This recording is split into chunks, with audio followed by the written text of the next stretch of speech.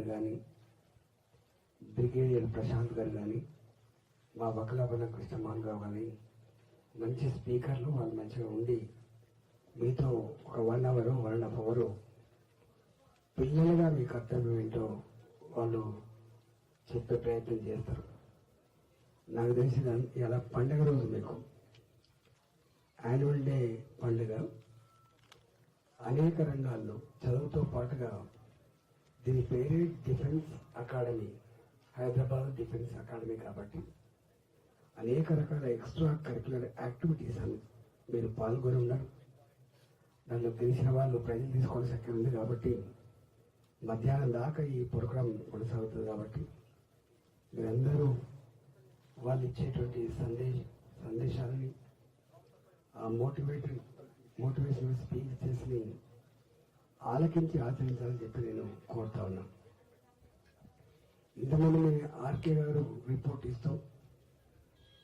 2017లో start అయినటువంటి college అనేక మంది పిల్లలు నేవీలో కానీ, ఎయిర్ ఫోర్స్లో కానీ, ఇతర రక్షణ రంగంలో సెలెక్ట్ అయినటువంటి విషయం చెప్తా ఉన్నారు.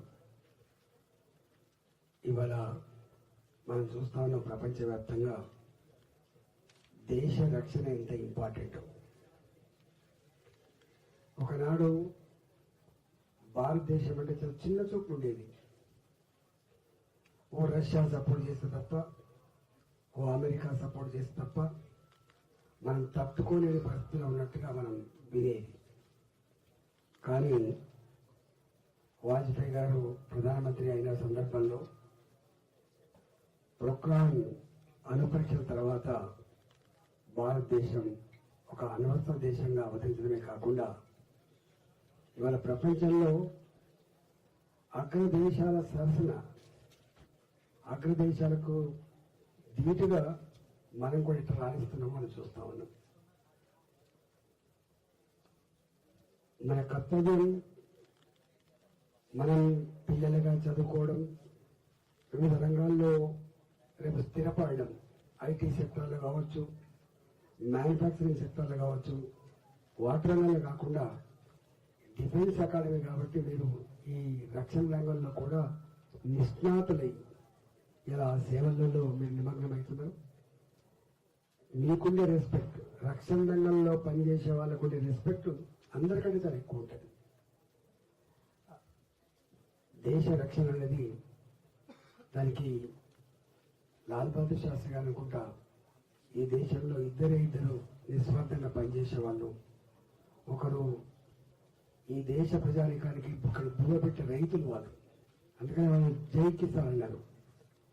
దేశాన్ని రక్షించే వాళ్ళు జవాన్లు కాబట్టి జై జవాన్ అన్నారు. వాళ్ళకి అంత గొప్ప గుర్తింపు గౌరవం పొందే ఆస్కారం ఉంటుంది. కాబట్టి మనం కొద్ది రోజుల పాటు ఈ రక్షణ రంగంలో ఉన్నప్పటికీ కూడా ఆ తదుపరి మనం మళ్ళీ అనేక రంగాలకు పోయే ఆస్కారం ఉంటుంది. కాబట్టి బ్యాంకింగ్ రంగంలో, మళ్ళీ పోలీస్ డిపార్ట్మెంట్లో రకరకాల పోయేటువంటి ఆస్కారం ఉంటుంది. కాబట్టి ఇలా ఈ జవాని అంటే ఈ వయసు ఉగ్రత్వంతో కూడిన వయసు. కాబట్టి దేశభక్తి సంపూర్ణంగా కలిగినటువంటి వాళ్ళుగా మీరు ఆ సర్వీస్ అందించాలని చెప్పి నేను కోరుకుంటూ, చివరిగా ఒక మాట, పిల్లలుగా ప్రపంచంలో ఎక్కడ లేనంత మానవ సంపద కలిగిన దేశం భారతదేశం అని చెప్పుకుంటున్నాం. మేము మోడీ గారి మధ్యలో ఏ ప్రపంచ వేదికల మీదైనా అప్కమింగ్ కంట్రీ, అడ్వాన్స్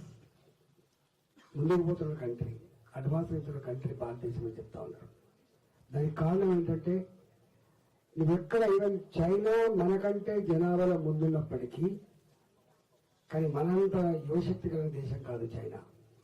అక్కడ ఓల్డ్ ఏజ్ వాళ్ళు ఎక్కువ ఉన్నారు, యువత తక్కువ ఉంది. నువ్వు ఏ దేశంతో కూడా పోల్చినా అత్యధిక యువశక్తి కలిగిన దేశం భారతదేశం అని చెప్పి ఇలా మోడీ గారు చెప్తుండో లక్షల సత్యం. ఎక్కడి పోయిన లక్షల మంది, కోట్ల మంది విద్యార్థులు ఉన్నటువంటి వాళ్ళు. కాబట్టి మోడీ గారి సంకల్పం రెండే ఎజెండాలు. ఒకటి, ఆ పిల్లల్ని ఏ విద్యార్థి శక్తి, యువశక్తి అవుతుందో వాళ్ళని దృఢంగా ఆరోగ్యంగా తయారు చేయడం ఒకటో కాన్సెప్ట్. రెండవ కాన్సెప్ట్ ఏంటంటే ఇవాళ వాళ్ళని జ్ఞానవంతులు చేయడం,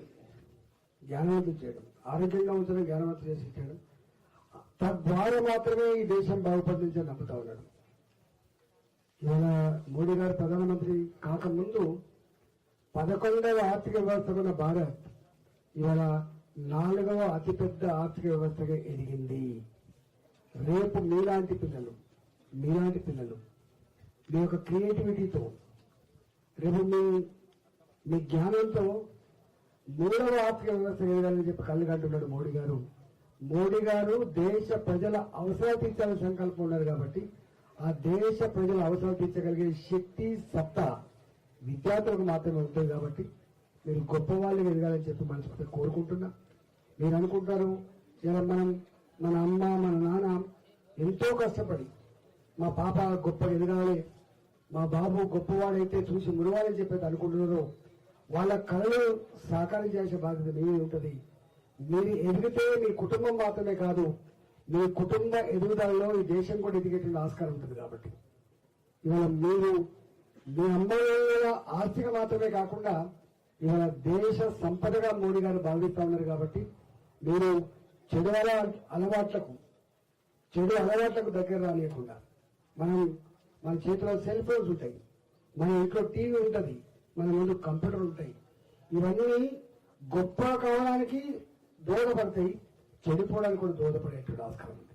ఎందుకంటే సైన్స్ అండ్ టెక్నాలజీ ఇవాళ మాట్లాడితే సైన్స్ అండ్ టెక్నాలజీ మాట్లాడుతున్నాం. కాబట్టి ఈ science and technology for both ways, one is for constructive side, అనేది వన్ ఈజ్ డిస్ట్రక్టివ్ సైడ్. కాబట్టి పిల్లలుగా మీరు బాధ్యత ఇవాళ ఆ సైన్స్ అండ్ టెక్నాలజీ, నీ చేతిలో ఉన్న సెల్ ఫోన్, నువ్వు వాడే కంప్యూటర్, నువ్వు చూసే టీవీ, ఇవాళ ఒక పాజిటివ్ అప్రోచ్ తో ఒక మంచి సంస్కారవంతమైన అవసరమైన గొప్ప సిటిజన్ గా ఎదగడానికి దోహదపడాలి తప్ప మనం చెడిపోవడానికి దోహదపడద్దని చెప్పి మనం చేస్తా ఉన్నాం.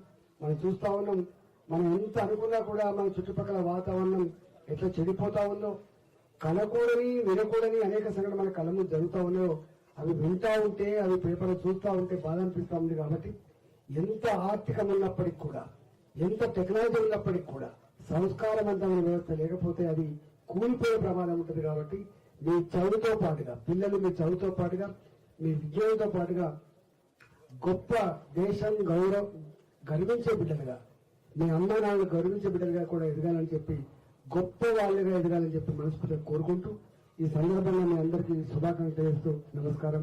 భారత్ మాతాకి జై.